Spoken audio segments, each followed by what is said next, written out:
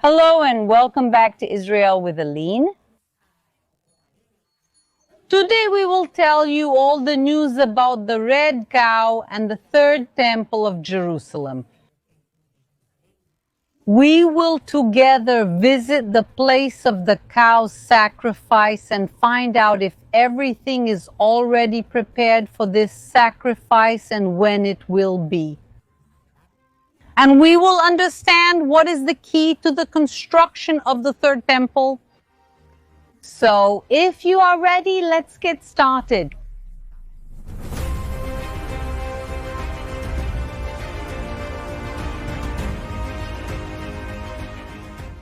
Let's start by understanding what is the relationship of the red cow with the Temple of Jerusalem. The Bible tells us that there are several ways a person can become impure. One of them is by touching a dead body or a grave. And notice that right here next to us begins a large Jewish cemetery. And if a person was impure, they could not participate in the services of the tabernacle, the temple, and of God. And so in the book of Numbers, God instructs Moses and Aaron on how someone could be purified. And this was done precisely with the sacrifice of a red cow. Let's now listen to this verse. The Lord said to Moses and Aaron, "This is the prescription of the law that the Lord commanded, saying, Tell the children of Israel to bring a red heifer, perfect, without defect, which has not yet been led. Give this heifer to the priest Eleazar, and he will take it outside the camp, and it will be killed before him. The priest Eleazar will take some of the blood with his finger and sprinkle it in front of the tent of meeting 7 times.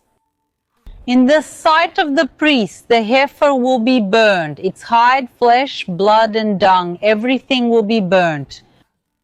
And the priest, taking a piece of cedar wood, hyssop, and scarlet cloth, will throw them into the fire, burning the heifer.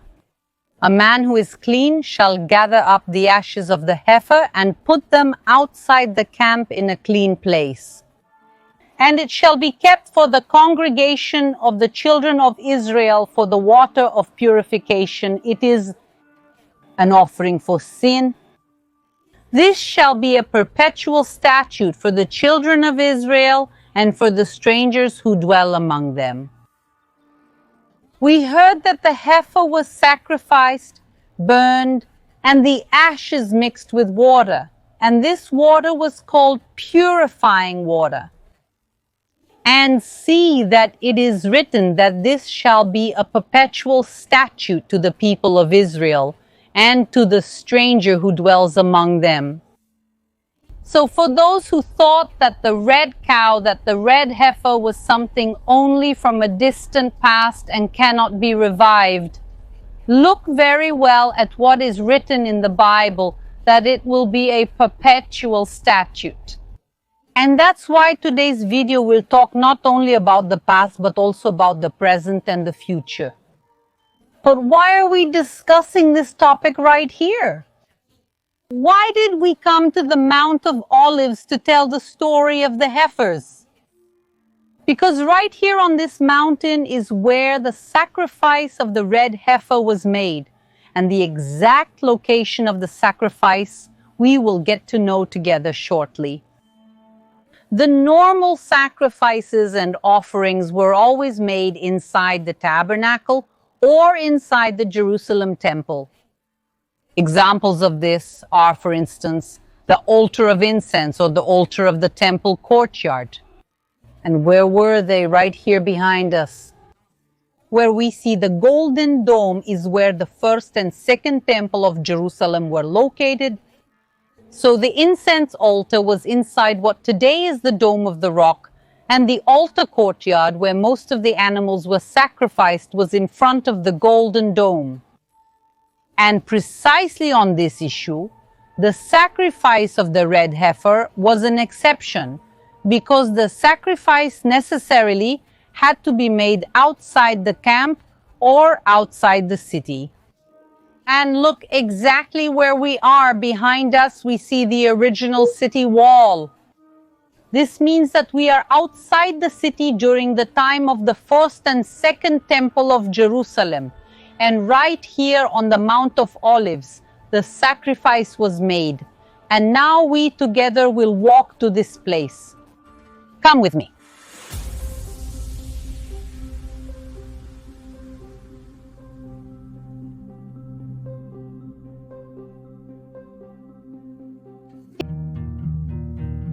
The complex we are entering is called Dominus Flevit, which means the Lord wept.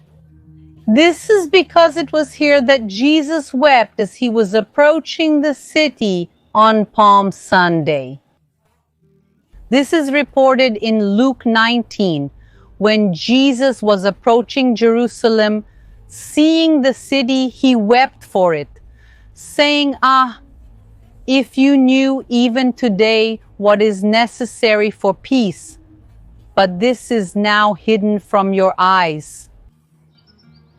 And I believe it is no coincidence that the place where Jesus wept was precisely where the sacrifice of the red heifers for purifying water was previously made, and precisely the issue of the red heifer, or rather the possible return of the sacrifice of the red heifers, is an extremely controversial issue, and there are two main opinions. On the one hand, those who are in favor of the return of sacrifices use precisely the Bible as a basis, because it is clearly written that this is the perpetual statute for the children of Israel and for the foreigners who dwell among them. It is not for all nations, but here in Israel, it should be a perpetual statute according to the Bible. But on the other hand, there are people who are completely against the return of any kind of sacrifice. This includes the sacrifice of the red heifers, as they believe that after Jesus came, this is no longer necessary, and there really is a great theological discussion around this subject. Look at the view from this place, and the view is very important to understand the history. It is written in the Mishnah that when the priest made the sacrifice of the red cow, he needed to look at the entrance of the Jerusalem temple and where the temple was, exactly where the Dome of the Rock is. And where was the entrance to the temple to the east, exactly in the direction we are? So look at the Dome of the Rock. Imagine its location, the temple, which was even higher, and the entrance in our direction. So we know that this area has to be the area of the sacrifice site, and it can't be lower. Why? Because if we are standing lower down, looking up, the walls would block the entrance to the temple, so we are in the correct place. And also, if we take the book of Numbers, it is written that the priest took the blood of the heifer and he sprinkled it 7 times in the direction of the entrance to the temple. This area fits perfectly with the description from the Bible and historical sources. So imagine that here they could sacrifice the red heifer, prepare the ashes and the water to purify the people, the priests, the temple and its utensils. But the last time this happened was over 2,000 years ago, and since then it could not be done due to a series of factors that prevented it. However, after 2,000 years, for the first time, it seems that everything has started to align to allow this to happen again. What exactly is necessary for this sacrifice to happen? Firstly, the animal cannot be just any heifer. It has to be a completely red heifer. And when we talk about red, folks, it's not red like the body, for example, of my shawl, but rather it's a natural color, which is a reddish brown. In addition, it needs to be perfect. It cannot have any spots, wounds, scars, or deformities. It has to be a female, that is, a cow and not a bull. It can never have been used for any kind of work or load, and it needs to be at least 3 years old. And look at this number 3, which is very important. We'll come back to it in a bit.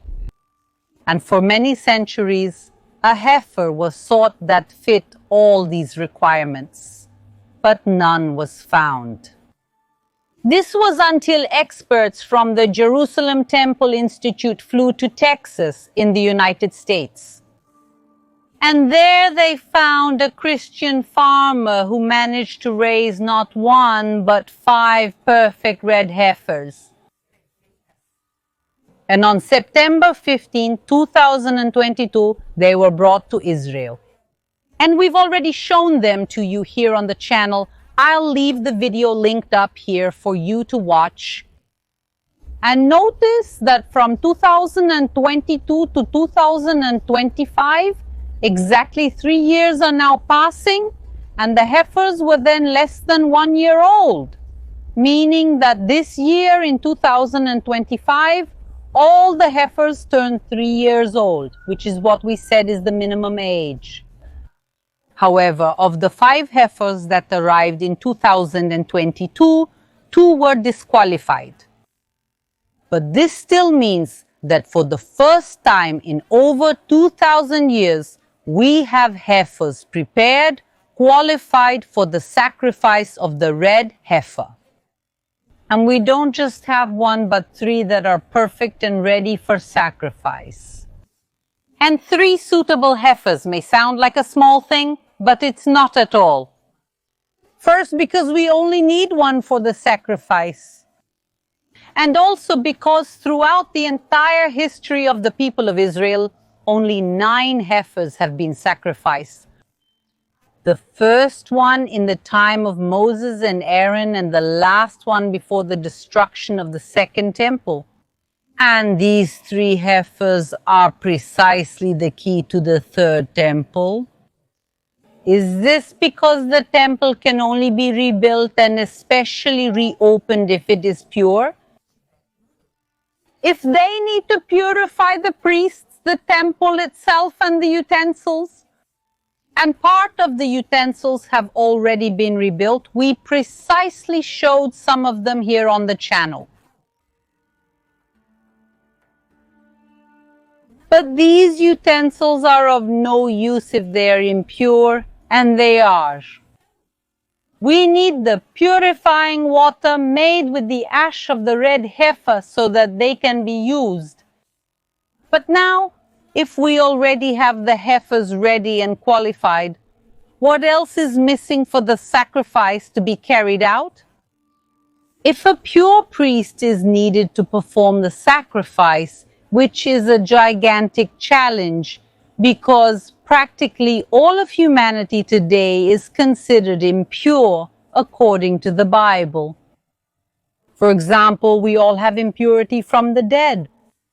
Not only those people who have been to a wake or a cemetery, all people who were born inside a hospital. If we think about a hospital or closed environment, yes, there are people who are no longer alive inside it. So any baby that was born in a hospital is automatically considered impure. So we need a person who is a descendant of Aaron, belongs to the tribe of Levi, and who has never been near a dead person, never entered a cemetery, and was not born in a hospital. And part of the work of the Temple Institute in recent years has been to find a few people, specifically 2 people who fit these criteria. So the Temple Institute knows who these people are, but their identity, for now at least, is kept secret. So we have the heifers prepared, the priests chosen, and the land is also needed. The land that we are on now, it belongs to the Vatican. And obviously they are not going to allow the sacrifice to be made here, but this area continues over to the other side, behind this wall. And precisely the land that is next to this one was bought by an organization linked to the third temple. The organization is called Uvnai Yehushalayim, and they bought the land. The land is empty for now, but the land exists and was bought.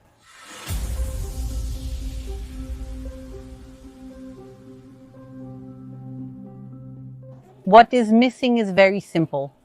What's missing is the altar itself, cedar wood, hyssop, which is a relatively common plant in Israel to this day, and the red wool is missing. Really very simple things and relatively easy to obtain. And so, at the moment I'm recording this video for you, there is no obstacle to the sacrifice of the red heifers. However, having said that, despite there being no obstacle, no real impediment, there is no set date for this to happen. And it's important for me to highlight this because I want to come here and tell you the truth, but only the truth. Because there are many speculations and a lot of fake news circulating on the internet. I remember that last year people started saying the sacrifice won't happen. For sure, the date will be on the Jewish Passover of 2024.